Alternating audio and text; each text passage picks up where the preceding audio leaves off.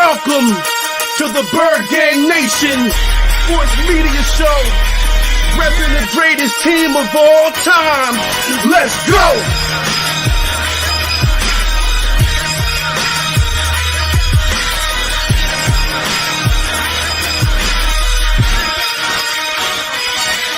Bird Gang 31, he be the host with the most. We going deep, burning teams. They ain't nothing but toast. It's in your rest there. Sirianni put me in coach, running like Miles Sanders till I butt my head on the post. Touchdown! Yeah, that's coming. Devontae's crazy route running. Jalen hurting them, throwing lasers to Rager, young gunning. Come on! On the D side, we ride, sack him with Fletcher, lay him out on the stretcher. No one can protect you. Watch Darius lay him, shutting down your routes. Come on! In my green John, eating Philly cheesesteaks. Put up your cups, wings up, if you can relate. Tailgating at the link like Gangsta Stride. To the Bird Gang Nation, that's worldwide.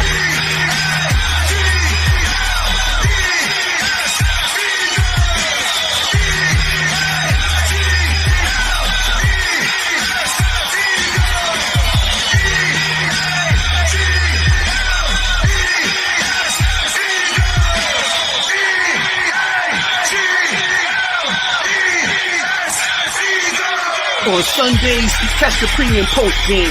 Mondays is Birds on Broad Street with Philly Notion and Cool Cat, the man in motion. And Wednesdays, the midweek special got you open with JC from Eagles Talk, hitting like B-Dog, baby.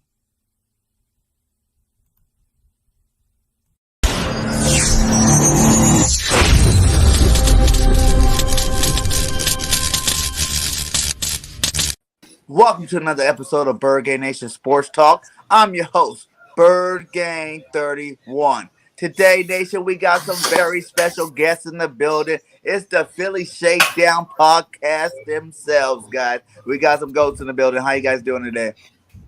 We are doing wonderful. Thank you so much for having us on. It's wonderful to have us. Sorry that Joey was 10 minutes late. Bull. That's not even true, bro. Stop. I'm sorry, I was late. It's on me. He's like, Cap. Yeah, I appreciate you having us on, really. We've been trying to get this going, all three of us together, so I'm really happy we're able to do it today. So, yeah, I think this is the first, we're the first, this is the first time we've been on a show as the Philly Shakedown podcast, right? On another show, Joey. I think you're the first one, bro. Yeah. Yeah, I don't think we've done that together as a group. Yeah, that's awesome. That's very cool. See, always a first. We're gonna have to have him take the little prick with his finger and do the little saint thing. You're going to be a made man in the Shakedown podcast, right? It's gotta be easy to get you guys over here to get me on that. So that show's already doing the thing. We'll get you on. We'll definitely do it. Yeah. So, guys, Eagles won again. You know what I'm saying? What's your guys' take from the game last week? Joe, I'll let you go first.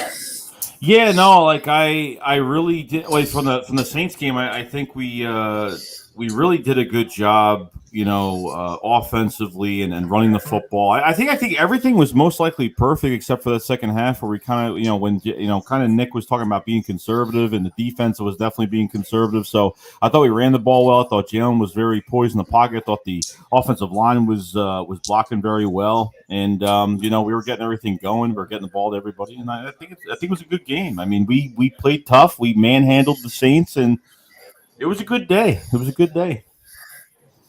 I think it was a turning point for this team.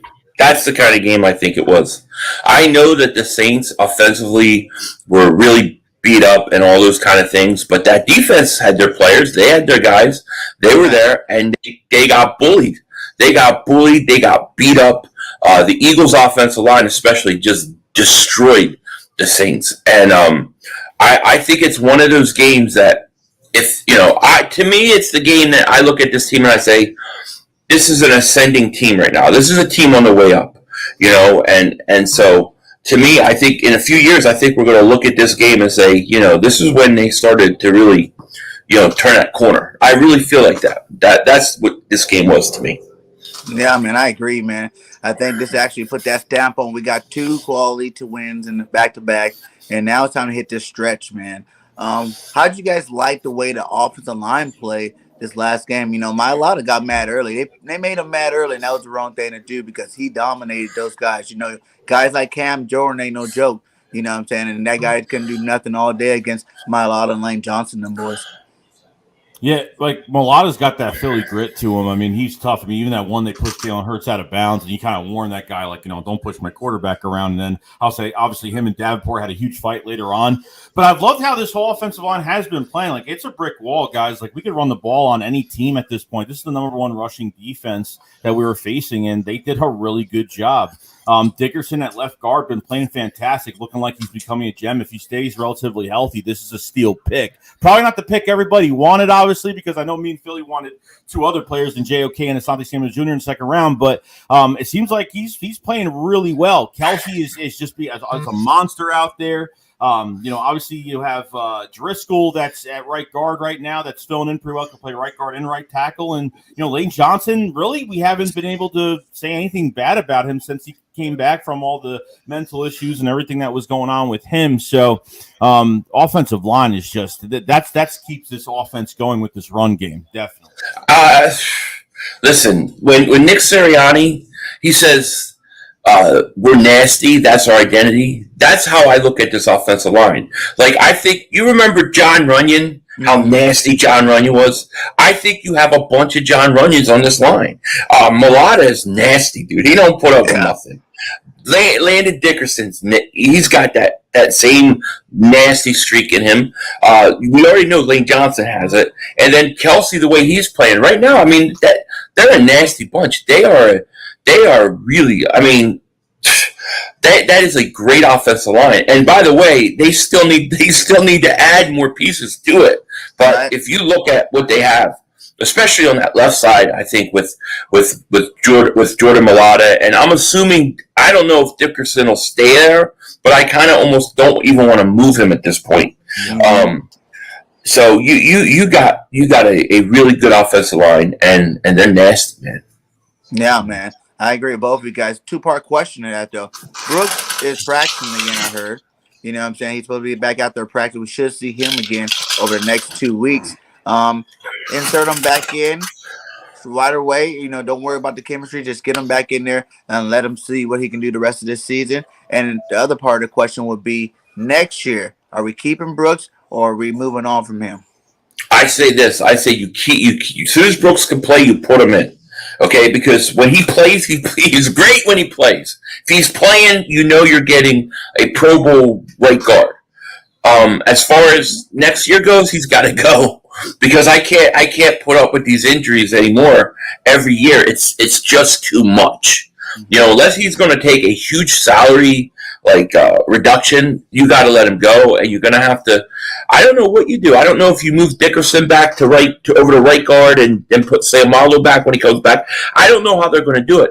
Me personally, I would like to see them in the second round draft another guard. That's what I would like to see them do. He literally has been hurt every point of this offseason going into the season, from OTAs to training camp. Obviously, the 2 Achilles injuries, 2 seasons before that. But the first week of the Falcons, he was hurt with a knee injury. Then the 49ers game, he had a pectoral. So it really hasn't stopped with his injury. It just keeps going and going. So I looked at the numbers for Brandon Brooks, and I think you should throw him in there if he is healthy, and it's an upgrade over Driscoll, even though Driscoll is playing well. But he is, if you trade him post-June, you'll save $13 million, but you have a $6 million cap hit. He's a $19.5 million cap hit next year. And for a guy that's making that much money and not even playing, I don't know what you do here. But I think you get rid of him. I don't think you need him. I think get some draft compensation. I don't know what you're going to get, but maybe if you start him now, build some trade capital with him. This way, there's some worth, there's some value there. Just don't make him a backup the rest of the season. I would just put him in there. This way, you could get some attention there, and maybe trade him next year. So it's a big problem. Do you want to see Herbert there though at that spot? even moving So forward next year? Or just don't put Herbert at center. The right? big thunder thighs, his legs are so big that they rub together. You smell the bacon. There's no way that dude can snap no football through them giant legs. He's got to be a guard. He's not a center. I don't like him as center. Because as much as I like the way Driscoll's playing, it seems like he's more of a tackle to me. You know what I'm saying? His body structure, the way he moves. I feel like, he probably is our sixth best lineman. But in terms of body structure, I would rather see a guy like Herbert in there at that guard spot. Yeah, I think he can play both guard spots. I think he can. Like, I think he's the more you know on the offensive line, the more positions you can play on the offensive line, the more worth you're going to have. So, I think 500 was right. We definitely have to add more pieces to the offense, and we're not even done yet with the offensive line. I think we need to add more pieces. I think we've hit a lot of offensive linemen. Isaac Seumalo's going to be a huge piece next year to see where he's going to go if Jason Kelce does retire. So you can keep Landon at left guard, which I think we all do want at this point. If Kelce does retire, you can move Seumalo to center because he's played that position before. So they could move some guys around, but Yeah, that'd be cool. But yeah, we'll see what we have to do there. How'd you guys like Miles Sanders' first game back? I thought Miles, if you take away the fumbles, I thought he played fine. I thought he played fine his first game back, but that fumble, it was really only one fumble.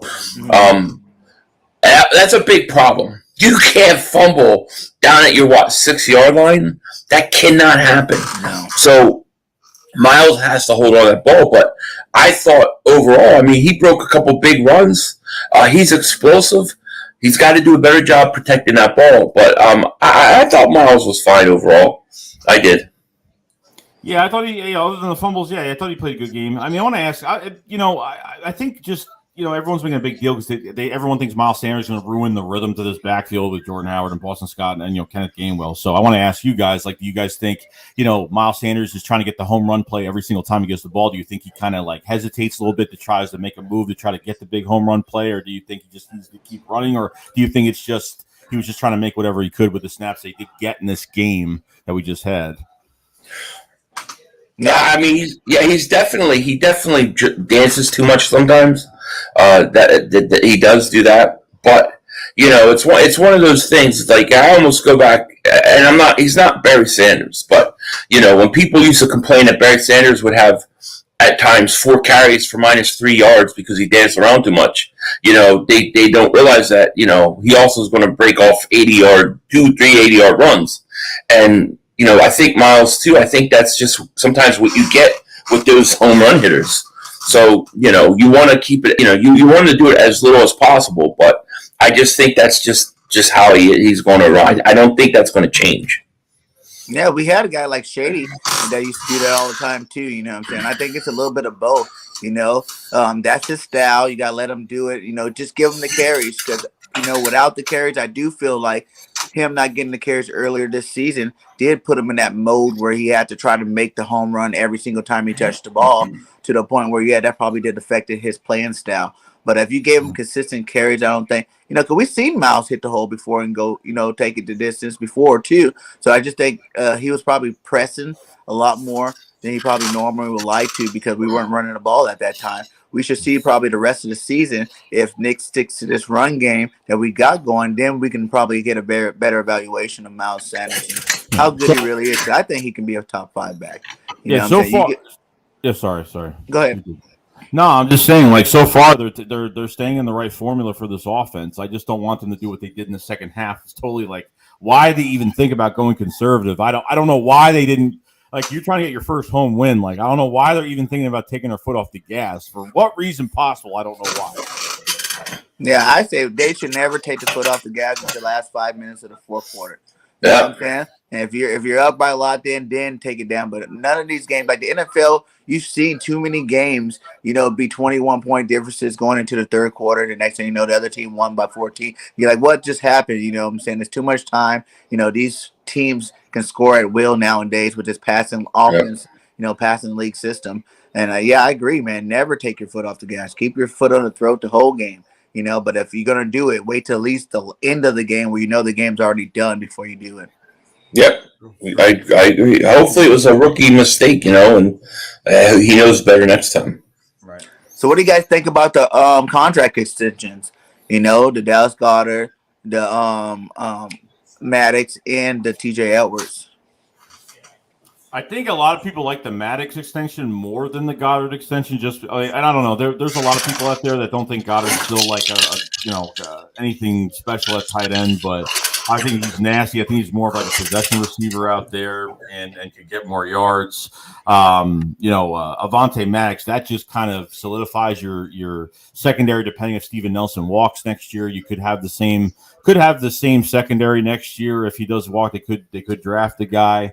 So I thought with some of these extensions, TJ Edwards he had 10 tackles, 2 pass deflections, and he had a pick yesterday. He had a pick the other day. So, and 3,500 early in the season, probably early in the offseason, said the flashes that he's seen from TJ Edwards. I think we all kind of saw that. And really not getting his chance. Davion Taylor not getting his chance. Jim Schwartz not starting him till week 10 of the season.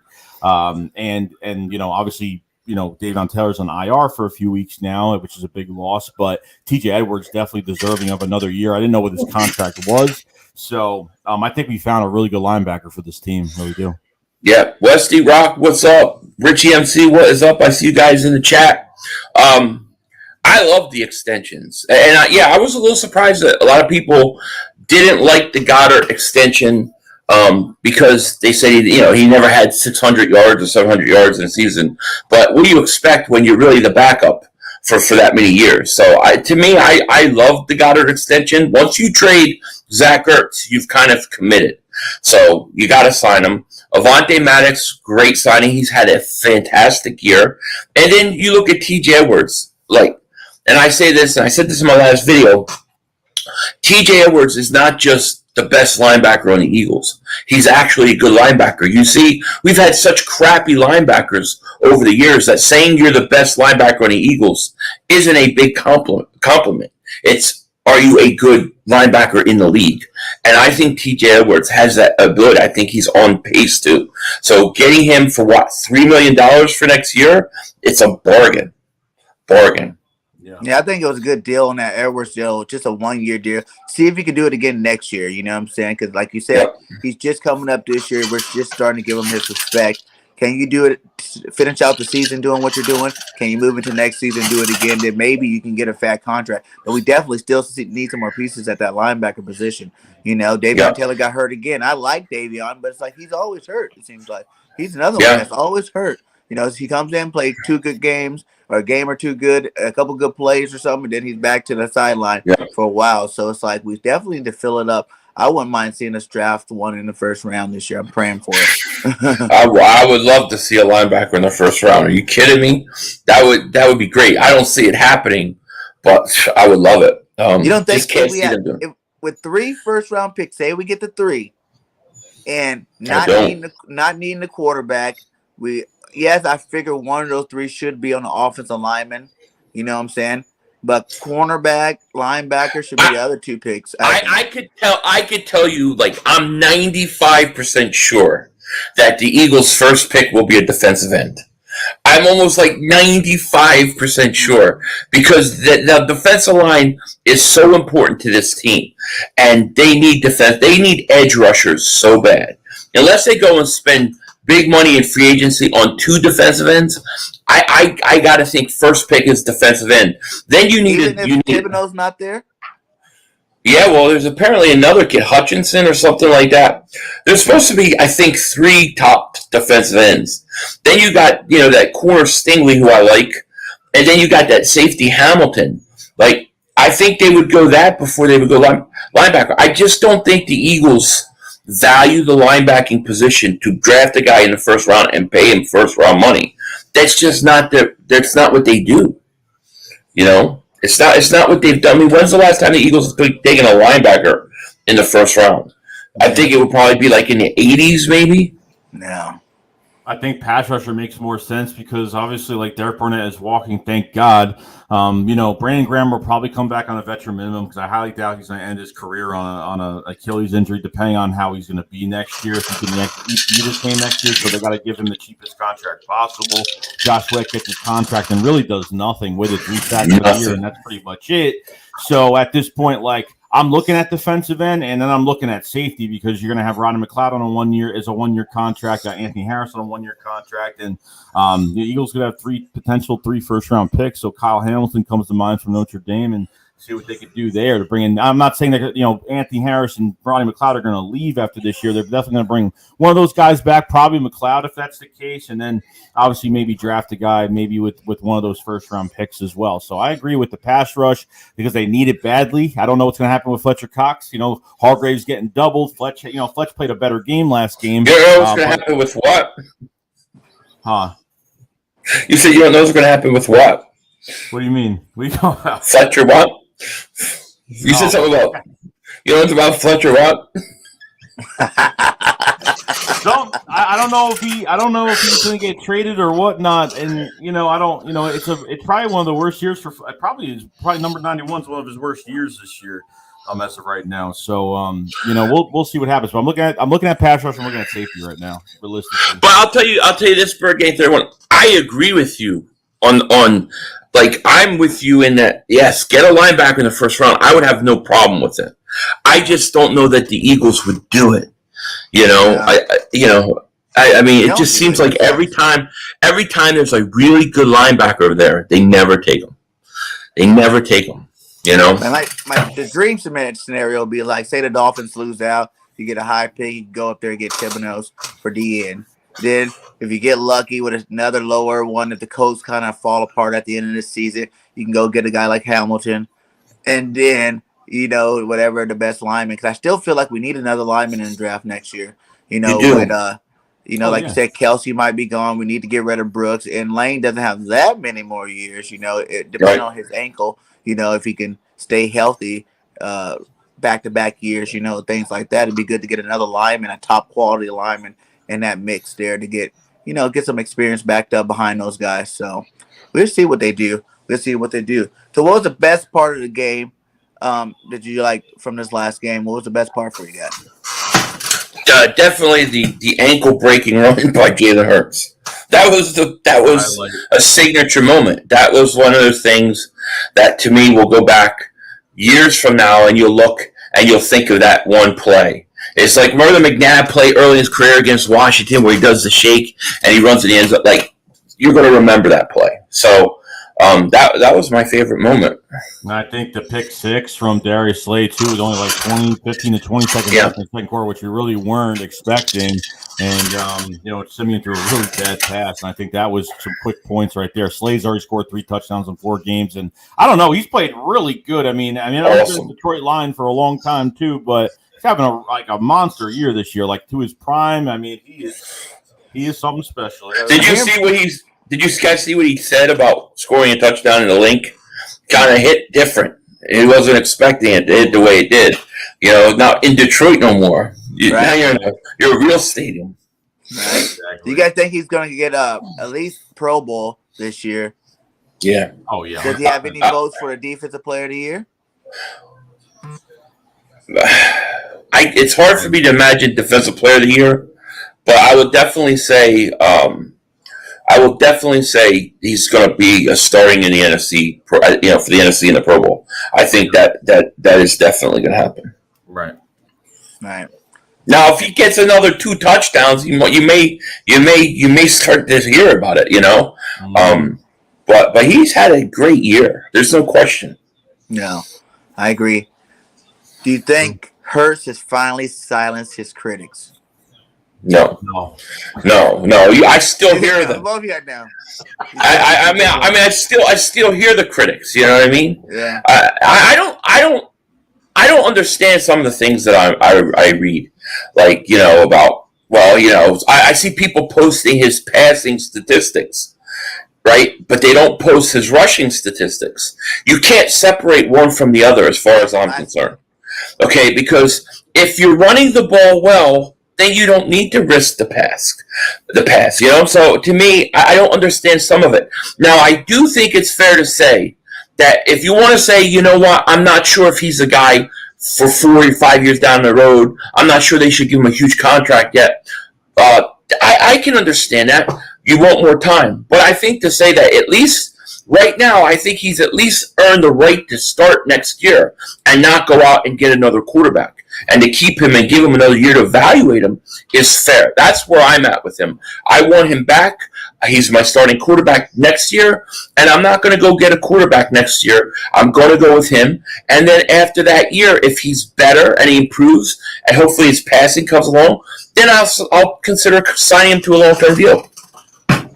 Yeah, I think realistically, I don't think they go in this draft next year to go get a quarterback. I really don't. Even when Jalen Hurts was playing bad mechanically in the first quarter of the season, it really was on him, but it was on Nick Sirianni because Nick has to use him the right way in an offense and really, as we were promised in the offseason, diverse play calling and using players to their strengths, which we weren't promised that we weren't getting in the beginning. But for some reason, this team just changed it up, really turned around since I wouldn't say Detroit, probably the Chargers game offensively, and really showed that they can use these players to their advantage and get Jalen Hurts in a rhythm, because when he's in rhythm, he will pass the ball. But just because he doesn't have a lot of passing yards, and just because the Eagles have ran the ball a lot and a lot of yards, and it doesn't make him a bad quarterback. You have to balance this offense out.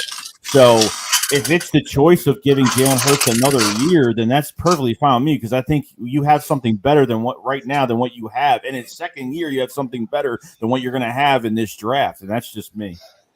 Yeah. I think, like you said, I personally think he's our quarterback. We need to ride him out. The numbers are, you can look at it both ways. I don't, like you said, I don't like how people do just look at his passing numbers, think that that's what it takes to get the franchise label, but at the same time, he is a dual threat. And like you said, Shakes, that he runs really good. You know what I'm saying? They have 70 yards, averaging 70 yards a game. He's getting rushing touchdowns. I think he's up to 8 or 9 this year. If he stays on pace with what he's doing, this guy's going to have over 1,200 yards rushing on the ground and like close to 3,500 yards passing, maybe even 4,000, depending on how much he can get in the air. That's some good numbers. You know what I'm saying? That's numbers that you can even start considering, MVP even, especially if we win out the rest of this year. Then he'll have the wins to back it up and the numbers to back it up. And we might be all looking at a whole nother situation. I saw some things this week where they were saying that the Eagles are using him really similar to how Seattle used Russell Wilson his rookie year. And it's very similar. And if that's the trajectory he's on, that's great. What you're going to see is as he gets more comfortable, as he gets more experience, he's going to start to develop into a better passer. You'll start to see less runs and more throwing naturally. I don't think he can run this much 2-3 years in this league. You got to, at some point, you got to slow it down. He can't run that much. Eventually, he's going to get hurt. That's what I worry about with him running so much. But right now, if you want to bring him up and along the same way you did Russell Wilson, I think that's perfectly a good way to do it. Don't do it the way Washington. Remember what they did to RG3? I mean, they ruined him by doing too much. You've got to let him develop into being a passer and use his legs right now as he's developing. And then as he becomes more comfortable as a passer, you can back off the run so much. He can beat you with the arm more. So I just think it's a matter of time. Kind of like a Lamar Jackson, right? Like Lamar Jackson, he wasn't that great as a passer, but he's definitely electrifying with his legs. I know Jalen don't got the athleticism as Lamar Jackson, so I'm not saying he is Lamar Jackson. I think he actually throws a little better right now than Lamar Jackson, but the years behind it, being able to see different defenses, getting that game experience in general, and that'll help his passing game come along. And then, you got a dual threat quarterback, for a while here. Like Nick Sirianni said in his presser, he was like, well, Jalen's a strong guy. He's not kind of built like a lot of quarterbacks, He's in there working out with the linemen, deadlifting, powerlifting. So he probably can take a lot more hits. And Jalen knows when to slide, and he knows how to get small for the hits. So he said he wasn't worried about that. And I wouldn't worry about it the first year or two. Like you said, if he continues, he doesn't develop as a passer, and he continues to just take those hits, and something might happen to him. everything I've seen of Jalen Hurts so far, and this was always my argument, especially with Bad Dog, because Bad Dog was like, yeah, Jalen Hurts is never going to be anything, and that was the way it is. And I would say, all right, well, let's look at Jalen Hurts. What are the things he does bad? He's like, oh, he's not an accurate passer. He doesn't throw a good deep ball. I said, okay, what are the good things about him? Oh, he's got a lot of heart, team leader. You know, all the intangibles that you can't teach, this guy has. All the things that you can get better at, he needs to get better at. He could still do that. So to me, this guy has all the makings from things that you can't teach of being a good quarterback. The things that he has to improve on are things that quarterbacks can improve on. So how could anybody just say that this guy can't develop into this kind of quarterback? To me, never made any sense. Yeah, I think even what I've noticed even the past few games is I've seen like they let Jalen Hurts kind of command this offense a little bit, kind of go through his own, if he has to change the play, if he senses a corner blitz or something, he does change the play up. So I feel like they've given Jalen Hurts a little bit more control, which I think makes him more comfortable. But like Philly 500 said earlier, don't handicap your quarterback. You know what I mean? Like there's going to be, I know we don't want him to run as much, but there's going to be times where he just is going to, just because that's just his play style and there's nothing we can really do about it. But he's not making those one read, early in the season, those one reads, and he starts running. I mean, that was horrible, which makes, when it comes to his stats, like we talked about earlier, those end of the fourth quarter stats were kind of like, oh my God, they're really good. But teams were playing prevent. Everything was open underneath. And plus, but the understanding of all that is that we didn't run the ball either. So it makes it look worse than what it actually is. So, Yeah, I mean, me and Joey talked about this on our podcast that it don't care what quarterback you are. If you're going to always run a one-dimensional offense in the NFL, defenses are going to know how to beat you. You're going to struggle. Okay, and I remember saying, we talked about it. Like Jalen Hurts. Let's go back a month ago. We were saying, look, Jalen Hurts got to have the whole year, but we're getting to a point where we need to see that next step. We need to see that progression. And it was like a week later. All of a sudden, in that Chargers game, to me, in the second half of that Chargers game, I saw something click with him. Mm-hmm. I saw him stay in the pocket, step up in the pocket, and not just look for his one read, then bail. He started to stick in there. He hit a throw to Devontae Smith for a touchdown.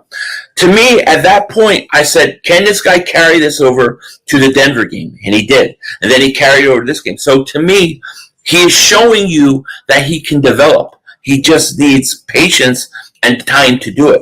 That's why if he continues to play the way he is right now to the end of the year, he's going to be my quarterback next year.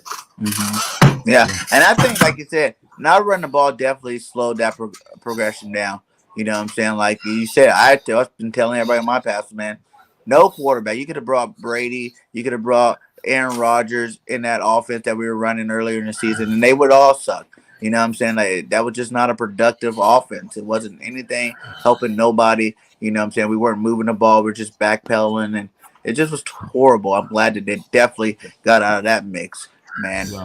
Who would you say is getting too much playing time for our team, and who's not getting enough playing time for our team? The obvious one. That nobody wants to say is J.J. Arcega-Whiteside, even though he started up after that second half, okay? The second half, the umbrella store, okay?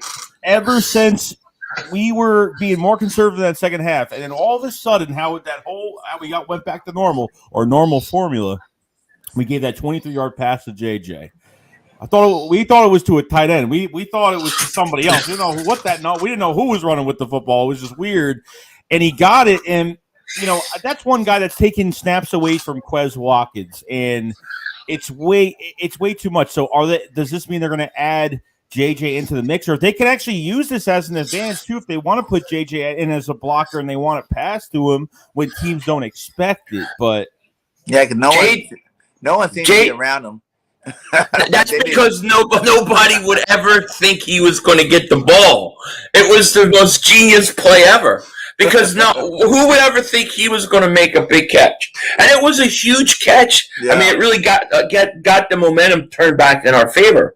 But nobody ever thought he was going to do it. I don't want him playing.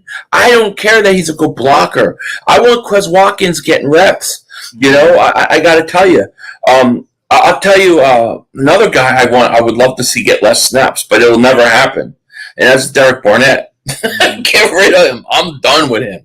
I'm so done with Derek Barnett. I mean, you can't. They have to play him. They don't really have anybody else.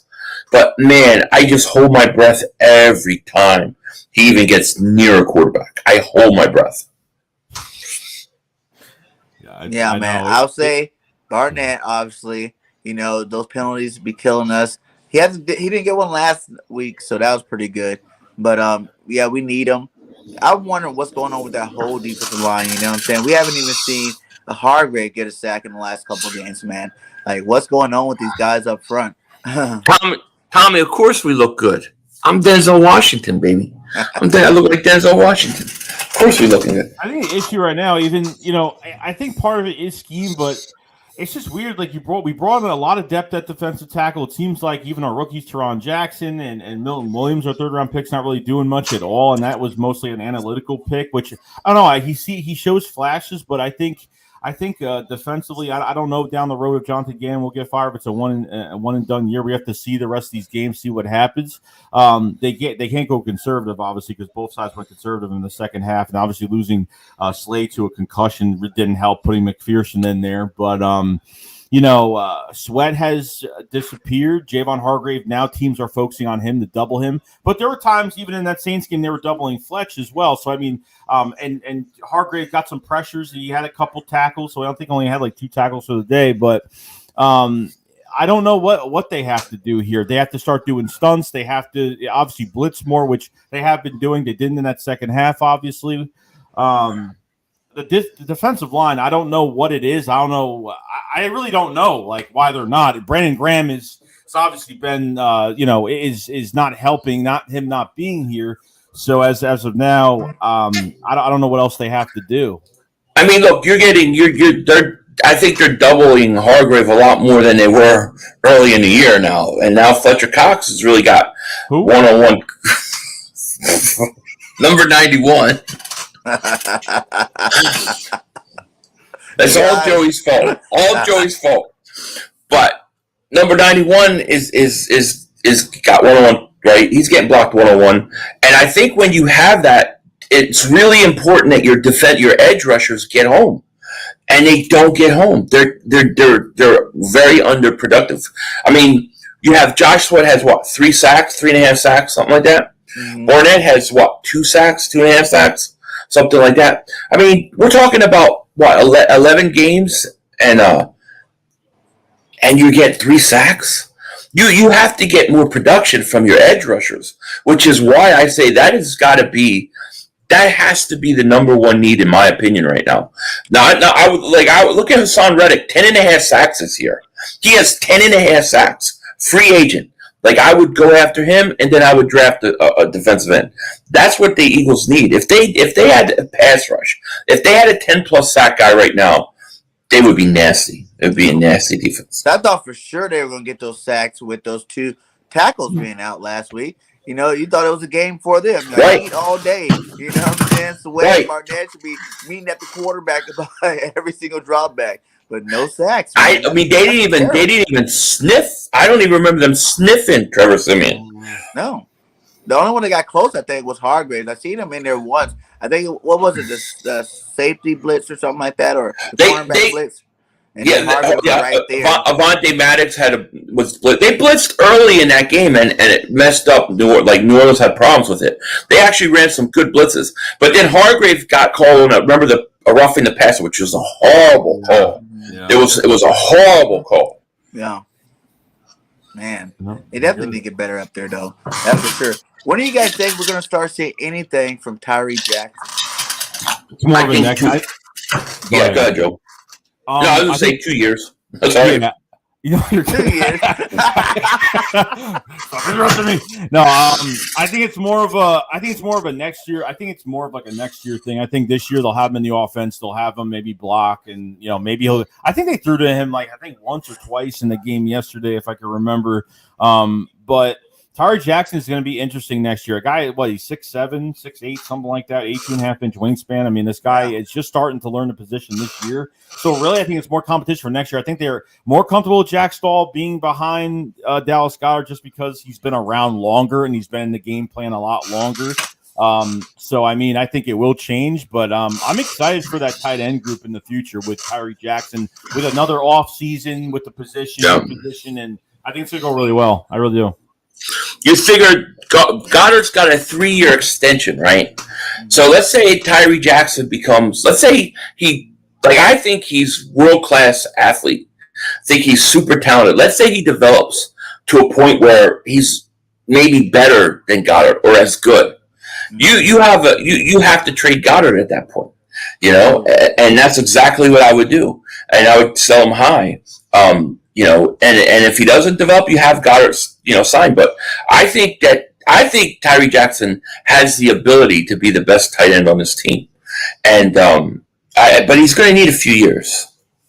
Yeah, right. I see the talent too, like everybody else, and I thought for sure, you at least seen him a couple of nice catches. JJ got a catch for Christ's sake.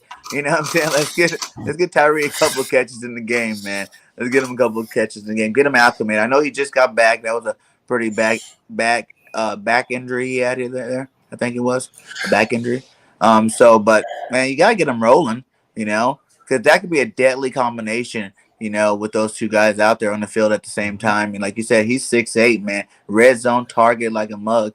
So just throw it up to Jackson when you get in those red zone areas. That's a spot I really was looking forward to seeing him play. You know what I'm saying? I haven't really seen him play too much in there. Yeah. But overall, so far through these games, what do you guys think about the coaches? Have Gannon got out of your doghouse yet? I know Nick's out of the doghouse, but has Gannon finally made it out of that doghouse as well, or he's still there? Gannon's been up and down, and Gannon needs to. It was to a point where it was a few weeks ago when Gannon had his own defensive players come up to him, and for them, Fletcher Cox came under the bus in the scheme that they were running. They were having Fletch run, kind of cover some screen passes, and I don't know how he's using some of these players, but. I think it's gotten. I don't think they're doing. I think they're doing just enough, but enough is just not enough. You know what I mean? Like there's not. They have to get in the backfield a lot more. There's just. The cornerbacks are the cornerbacks in line and TJ Edwards. It's really TJ Edwards and these corners are playing lights out. The one year when we wanted two capable cornerbacks used the right way. If you guys remember, Jonathan Gannon was a cornerback coach for the Colts last year, so that's why that's working out so well. And Jim Schwartz is not here, so this is like the one year that the defensive line, like we have no pressure this year. Every single year, I almost the last time the Eagles really had no pressure with this defensive line. But the secondary is really saving it, even though they I don't think the corners are used the right way when they second, third, and short, and they got the corners moved off to 15 yards off the receivers. But I think that's what's kind of saving this defense, because really without Slay and Steven Nelson and Vontae Maddox, TJ Edwards, Davion Taylor, I don't think you have anything in this defense. I think it's those guys. Your defensive line is keeping busy, but they're just not doing enough. You need more disruption in the backfield. That's the biggest problem, and that's what's going to turn games around. And it's like I said, it's more of an up and down year. So the defense is doing just enough to complement the offense, but it still is not enough. I think they need to do better in the defensive line area. Hey, shout out to Tommy with that $2 super chat. He said the Bengals won't make the playoffs. Yeah, you're hoping not with the Niner fans in here. But shout out for the $2 super chat, my guy. Niners. I think. Oh, go ahead. The Niners. Come on, dude. Yeah. Niners stink. Look, if you got, I would love to play that Niners game again, because replay. Because, dude, we blew so many opportunities early in that game to go up, and if you would have just, if you would put the way this team is playing now is not the same team early on. But I do want to say, like speaking about which coaches, Nick Sirianni is out of my doghouse. He's not Nick Cote anymore. He's Nick Sirianni again, because he adjusted, he changed up, and I think that's very impressive. And he's actually growing on me more and more. Pause. But you know what I'm saying? But as far as Gannon goes, I still want him gone at this point. Now, I could change my mind. I like the way he coached the first half. Here's my theory on Gannon, okay? This is my theory on him. I think Gannon has too much respect for good quarterbacks with names. You look at the guys, Dak Prescott, Herbert, Derek Carr, all these guys had ridiculous completion percentages against us. And a lot of that had to do because he refused to bring pressure, because I think he was showing them too much respect. When you look at the other quarterbacks, like Teddy Bridgewater, last week, Trevor Siemian, and he brings the heat and he brings pressure at them, they struggle. I think that he almost shows these quarterbacks too much respect, and he needs not to. He needs to be more aggressive. But right now, I love what he did in the first half of last game. Hated what he did in the second half of last game. So I'm still in favor at this point of moving on from him. But there's still time. Yeah, I agree on that one, man. I don't think he does give those good quarterbacks a little too much respect. You got to go after all quarterbacks. There shouldn't really be a good or bad quarterback. You should have a defensive plan that's attacking the quarterback every game, no matter who he is. I know some of those goats, but if you look at the league, even like the Tom Brady's, the Russell Wilsons, like these guys are making mistakes all over the place. You know what I'm saying? Like there's a lot of turnovers from quarterbacks. Even like Dak last night, he threw like a couple in the game. You know what I'm saying? Like these guys, if you put that pressure on them, I don't think there is any quarterback in the league right now that if you do put that pressure on them, they're gonna just carve you up like past years. You know what I'm saying? This year it seems like all of them have flaws and they all can be touched. I mean, when a guy's like, when a quarterback's like 24 of 28 against you, at what point do you say, well, I got to try something new here to make sure that I do something to knock this guy off his game? And he will not do that. That is a big problem for me still. So, I want to see how it finishes off the season. I want to see if the defense continues to get better. I also think that the lack of pass rush by the defensive line is a real problem for the Eagles. Mm-hmm. It just is. More than the linebackers? Yeah, I think the biggest problem. All of them, like linebackers are trash. Oh, and the linebackers. Trash. I like TJ Edwards. I do. I just think that when you look at the Eagles, how they build their defense, it's always predicated, and for as long as I've been watching Eagles, it's pretty much always been predicated on the defensive line. Mm-hmm. So, to me, the Eagles look at the defensive end as a very important premium position, and I don't think that you can run this defense without good ends. And I think that's the number one need on this team, because I think they need 2 starting defensive ends, not 1. Yeah, even with you need 2 starting defense. I mean, you definitely do. You need caliber edge rushers, and I think that's what you need here, and that's what's hurting us the most, because a lot of promises, especially with Derek Barnett, not being that first round, being that first round pick, that really hasn't worked out for us, really, other than having one good rookie year, and that's pretty much it. But to go back on, obviously, completion percentage, like allowing quarterbacks to go over 80% of their passes, completion percentage like three or 4 times this year. I mean, like Derek Carr, 31 for 34. I mean, that's just ridiculous.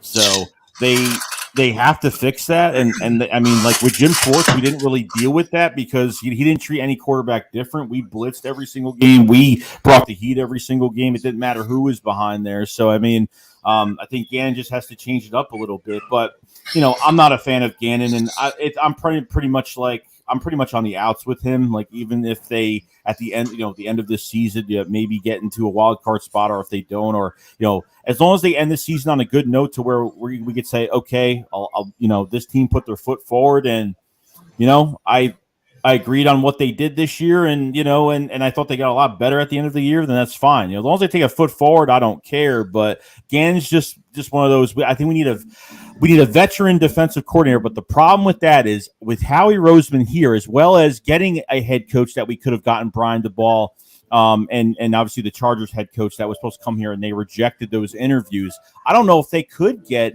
a veteran defensive coordinator. I don't know if those guys are going to be handcuffed as well. I'm not sure if they can get a guy like that. That's another problem that we have on our hands too when it comes to the hirings. So Right. Yeah, man. I'm on fence with him too. You know, how's he going? I want to see what he's going to do because I feel like we should win out. I don't really see any of these teams, you know, as a big enough threat to beat us right now. We're on a roll on offense, and I feel like if we were to lose any of these games, it's going to be because of the defense not playing right. You know what I'm saying? Like Gannon playing too soft or something like that, not attacking the defense, and they're starting to make their way because we do got some good running backs coming up. You know what I'm saying? There are some good running backs over there. And I know we've been doing good with the running game, but at times people have had their spurts, you know, even last game, you know, you see a guy like Ingram. He kind of went off for a little bit in the middle of that game there where he was getting chunks of yards left and right. But you can't really do that, especially like this week when we go against a guy like Saquon Barkley. You know, Barkley has been injured, I know, a lot, but he's still one of those guys that any given game, you know, he can heat up, and you know, you don't want to be that defense where you heat up on, you know, start running the ball down your throat the whole game. So if he can stop them all and does his job, you know, if we're in close shootouts and then maybe we lose one or two here or there, you know, whatever. But you know, I don't want to see the rest of these teams score pretty much more than like 17 points. You know what I'm saying? Like that should be your cap there. You know, if they're putting up 20, 25, you know, 29 points on you, that's a lot. 30 points, that's a lot. Even if we get the win, you know what I'm saying? So I want to see this defense really tighten up in terms of points. You know what I'm saying? Like they got to stop giving up so many points in the game, is my opinion. Do you think Jordan Howard is a big loss for next week? For this week? I think it's yes and no. Because I do like the way Jordan Howard. I wasn't a big Jordan Howard guy either. You know, I'm not gonna lie, I wasn't. But those last couple of games, he showed that he is a great north and south runner. You know what I'm saying? He gets up the field, he does his thing. But you've seen the difference in stats. You know, like Jordan had 18 carries for 68 yards. Miles had 16 carries for 95 yards. So you see the difference there. Like you don't take as many yards for Miles to get up there. You know, I think Miles is a way better running back overall, but he's a great complement, thunder and lightning type situation when you got a guy like Howard in the game. It's going to be a loss because he's that power guy, you know. But Boston Scott's been running pretty powerful, pretty hard. He's getting those 2-3 yard type runs down packed right now, like last week. Yeah, I think hopefully he can come back next week, maybe not this week, but the following week, and that'll be good for it. But I want to see Miles Sanders get a boatload of carries this game. You know what I'm saying? I hope Saquon Barkley doesn't go off in this game. That's what I'm hoping does not happen. Like I don't think that Giants line is atrocious to me. Like this is why like Saquon, this is the last year of his contract. I don't think the Giants resign him, or maybe they do resign him on a prove it deal because maybe no teams will be interested. Maybe he'll take his bet somewhere else. I don't know. But that's what I'm kind of afraid of in this game this week. And, you know, the line is atrocious. So, like, even when I was watching Saquon Barkley run the other night, like, I was kind of like, he's not getting enough push. Well, I think yeah, right. He's coming back from a torn ACL from last year. Well, guys are never the same the first year back, and then they always deal with more injuries. So I'm not really surprised by that. I'll tell you the one thing that does worry me a little bit. This is going to sound weird. But Jason Garrett getting fired today, the offensive coordinator of the Giants, not that I think he does a great job, but I hate the unpredictability of who's going to be taking over for him and what they're going to do different.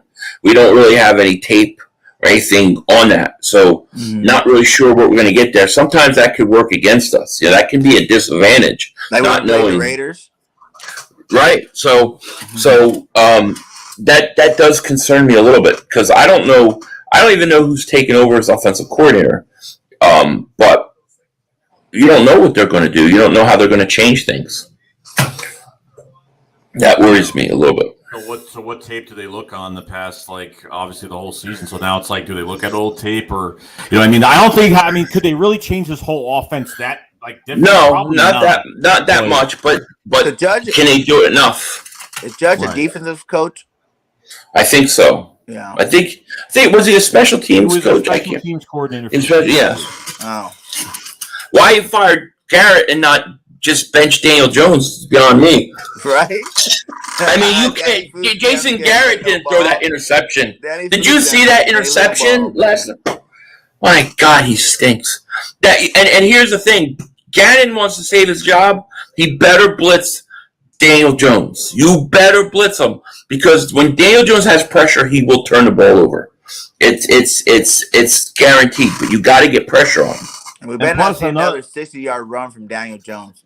That's what I'm saying too. Like, you talk about the 60-yard run from Daniel Jones. That's what I'm afraid of too, because the read option is going to kill us. If our ends can't maintain, it's going to be a problem. I think Saquon Barkley in that read option is going to be where we're going to get tested with the Giants offense. I think if they use it, yeah.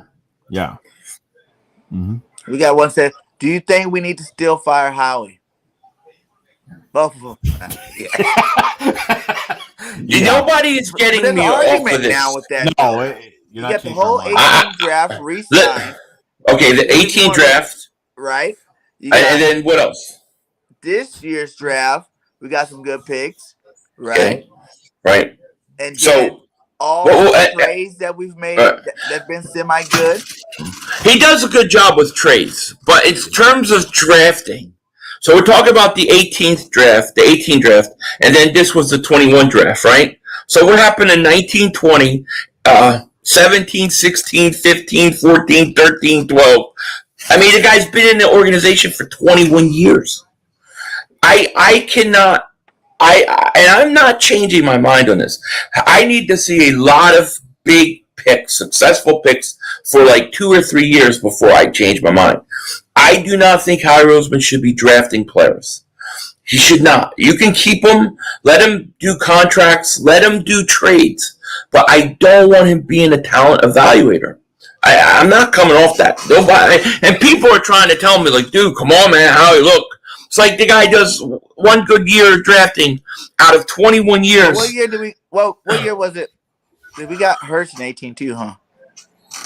We got Hurts in 19. Yep, there's 19, right? You got That's one, right? But I don't care what you say. I don't care what anybody says.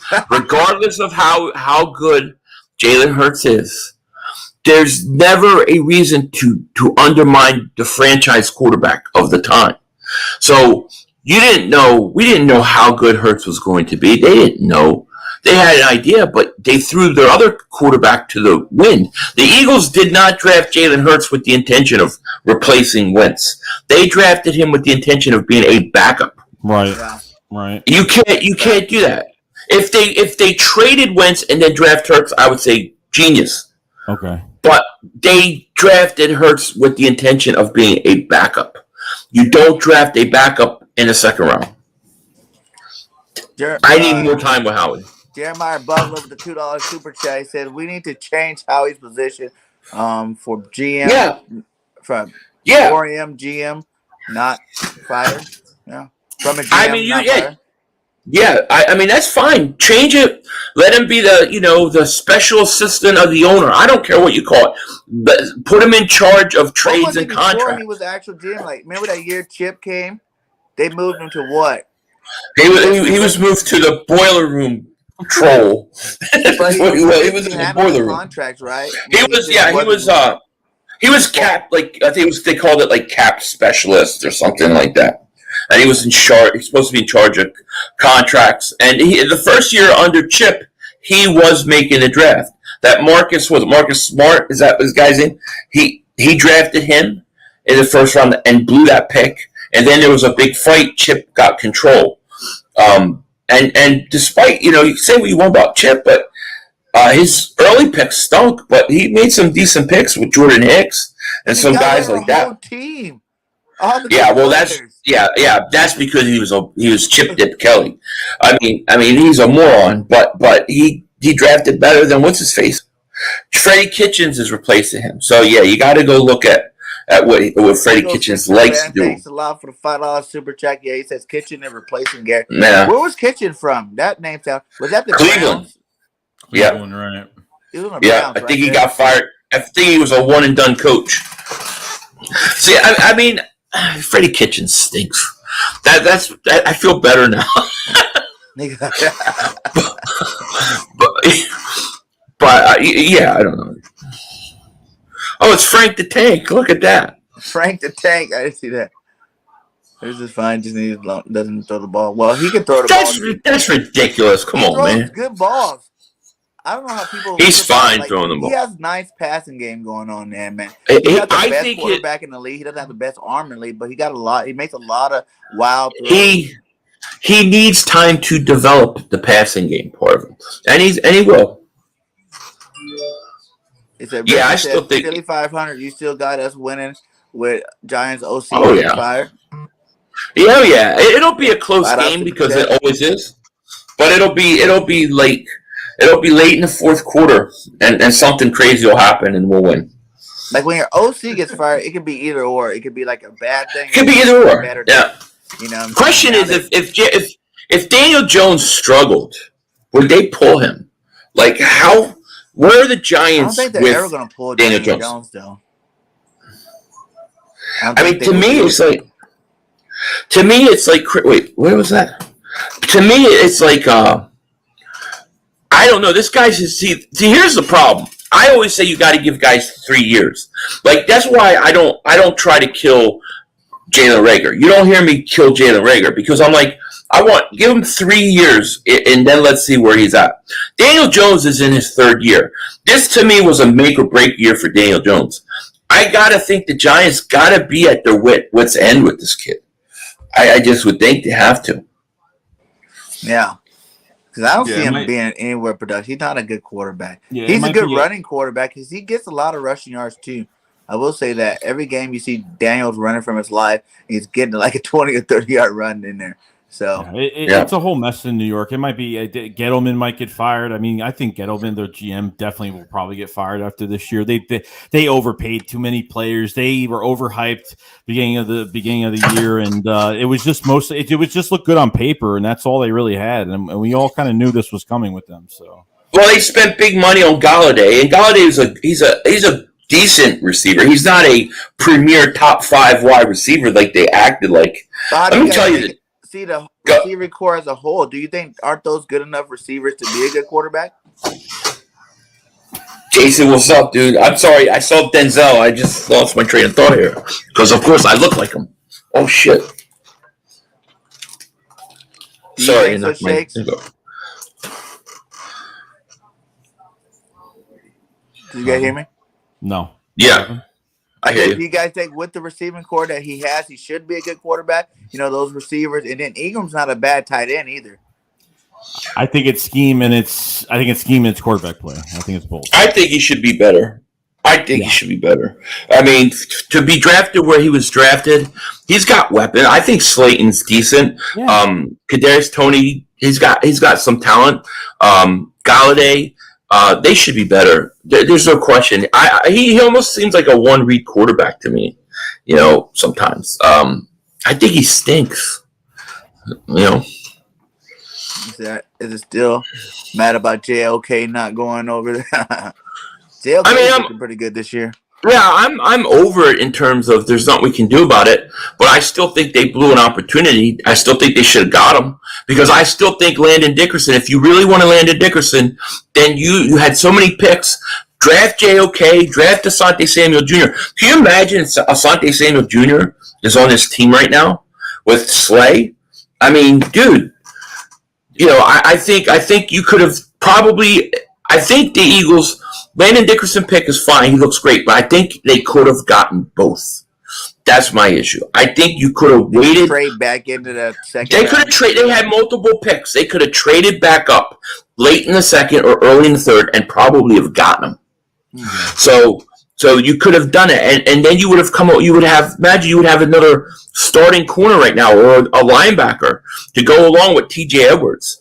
I mean, that you're talking, man. So I think that. But if you don't get him again, now you're looking at our line right now. Yeah, well, that's true. It's true, but I don't think Herbert and from everything we heard, he wasn't going anytime soon. Yeah. Right. All right. So what do you guys think? High scoring game, low scoring game. And what are 3 keys of victory for you guys? Go ahead. I think a low scoring game. I think the Eagles will separate probably in the second half. They'll probably separate a little bit. I think they'll be using Miles Sanders and Boston Scott a lot. And a good passing from Jalen Hurts, and hopefully I do want to see more wide receivers. In this game, I want to see Quez gets. I don't think Quez was even targeted once. Even last game, Rager's got to stop having negative yards. They got to do more with him because I don't know what they're doing with him in this offense. I don't know why he's in it at this point. I think at this point, Greg Ward should at least get some more snaps if they can't use Rager. And I know that Greg Ward is more reliable. Defense needs to get pressure on Daniel Jones, kind of defend against the read option. And obviously, stopping Saquon Barkley is probably the number one thing. I think if you get pressure on I think we're going to get some picks this game. I think they could do it. They get some pressure, and that's the only problem. It seems like we talk about injuries to offenses, and we're like, oh, we should be able to get in the backfield, and we don't. Not a good offensive line for the Giants. So I think really if we go – it's really – there's nothing different, guys. We stay in the same formula offensively and balance out the offense a little bit. And then defensively, they just have to keep blitzing and just maintaining. Make sure these defensive ends are getting pressure and maintaining that edge because these runs are going to be coming to the outside, whether it's Daniel Jones or Saquon Barkley. So I'm going to say I think this is going to be, I won't say a high scoring, but I'll say both teams score within the 20s. And I think this is a close game into the fourth quarter because that's what these games with the Giants always are. They're always close. But I think that the Eagles will win. And my keys to the game are simple. Keep running the ball. Do not respect Daniel Jones at all. Go at him. Get pressure on him. And then the third thing is I think you're going to have teams start to really sell out on that run. And I think the play action is going to be open. So I would like to see some big play action. And I think Devontae Smith is in line to have a monster game. Ooh, against the Dory, or what's their other cornerback? James Bradbury. Yeah. hey, that's good, man. Like I said, I think it's going to be a high-scoring game for us. If that matters. I don't see the Giants scoring too many points there. Like I said, like if we can keep them in that range, that 17-point range or below, you know what I'm saying? They might get a touchdown here or there, but I think we could really go in there and put a whooping on these Giants, you know what I'm saying? Bring out the brooms because I feel like the Giants and the Washington football team need to get swept. That would be beautiful. I'll say that. I think we can do it, especially with Chase out and Sweat out over there in Washington. And then even though Heineken's playing pretty good, but not to have that awesome defensive line that they say they have, even though they haven't really been doing that great this year. But just knowing that two of those people are gone, it should make it a lot easier for us with our offensive line. Because I feel like our offensive line can move anybody. When they're in rhythm like the way they're doing right now, they can run on everybody. We proved it last week over the best run defense. You know what I'm saying? So if we can do it against the best run defense, like Shake said earlier, what defense can stop us? You know what I'm saying? No one should be able to stop that the whole rest of the season. So we don't play no talented teams really. Maybe Dallas at the end, if they keep losing, you know what I'm saying? There could be. That was my last question, kind of before we get out of here and do a score prediction. Was if they keep losing, do you if Dallas loses 2 more games, are you guys still feeling that we have a chance of getting that division at the end? Yeah, I think we have a chance now. You're only 2 games back, right? You're 2.5 games because of the bye, but you got to play Dallas again. You still play them again. You've only played what? We've only played 1 divisional game. So, yeah, I think there's still opportunity for the Eagles to win division. It may not be likely. Now, if Dallas loses on Thursday, then it's on. I know Cowboy fans are starting to sweat a little bit. They're starting to get a little nervous. I feel it in my chats during my stream. They're getting a little nervous because they're looking at the Eagles offense going, we can't stop that. We can't stop that running game. That's a problem. The other thing I want to say, though, about this Giants game, a lot of people were saying last night while I was streaming it that on Giants streams and stuff, they weren't even talking about the game. They were talking about the Eagles. Remember, the Giants hate us because we kept them from going to the playoffs last year. How much is that team going to be up to play us this week? Were they overlooking the Tampa Bay Buccaneers and thinking about playing us and more worried about that game? They're a pathetic team. And so it's going to be very, very interesting to see what happens with that, if that's forgotten or if that's going to be an issue this week. And Jack and Devontae Smith from them. Yeah. They wanted Devontae Yeah, bad. and that's why he has to go we off. made a deal with the devil. That's why he has to go off for like 180 yards, you know? Like, I want him to have like 3 touchdowns, 212 yards, 15 catches. Right. I want them to be just like utterly destroyed. And the best part about it is the Giant fans, they're all like, they wanted Devontae Smith. We're going to get Devontae. We have a chance at Devontae Smith. That's like, we never wanted him. We wanted Kadarius Toney all along. Oh, yeah, right. And shout out to Richard for the $5 super check. He says, keep blitzing, make Daniel Jones nervous, and he'll throw 3 picks. Yeah. I agree. We seen it last night, right? Yeah. Did he throw 3 yesterday, too? He threw 2, I think. He threw 2, maybe 3, but I remember 2. Oh, I think he did throw 3. Yeah. I think he threw one in the end zone, one to the, I don't know, he threw it right to the defensive lineman. I mean, it was like, he went to his right, and then they tell you never go to your right or your left and then throw back the other way. You're not supposed to do that. If you want to get rid of the ball, you throw it, if you run to your right, you throw it towards the right sideline. He throws it back the other way, right to the defensive lineman. It was crazy. So give me a Kara score prediction, what's guys. up? Hope you're feeling better. She had her gallbladder out, so shout out to her. Hope she's feeling good. Nina says 34-17. What do you guys think? I love it. I'm going to say 28-21 Eagles. Yeah, I was gonna say 28 as well. 28-16. I'm gonna go 35-14 Eagles. I think this always happens every time we say like low scores, and they always score higher than what we always expect. So maybe this is a good luck charm type of thing that we're doing. Yeah, because I think we should blow them out for real. I don't really think they're on the same level as us right now. You know, the way we're playing right now, the momentum that we got right now. I see like if we play like a Chiefs or a harder team, I'm more worried about a loss. But with this schedule that we have left, we already been battle tested. We went through our close games. We did all of our tests early in the season. So a lot of these teams are taking their tests now. We took it at the beginning of the season. I think now it's time for us to just start cleaning up and getting into playoff mode and beat up on the teams we're supposed to beat up on. Giants, and then we go to the Jets. That should be another easy game. Then we get our bye. So anybody that's hurt, time for you guys to come back, get up there, get back in the fold of things, and then finish it off against our division nicely to get to that playoff. So we'll see what happens, man. Thank you guys again for coming on the show, man. Thank you for having us. Thank you, man. Appreciate it. Tell everybody where they can find you at, even though I know they all know where you're at. Oh, you can find me Philly 500. Shakedown plug. You can do the shakedown plug now. Philly Shakedown every week, every Saturday, either on my channel or Joey's channel.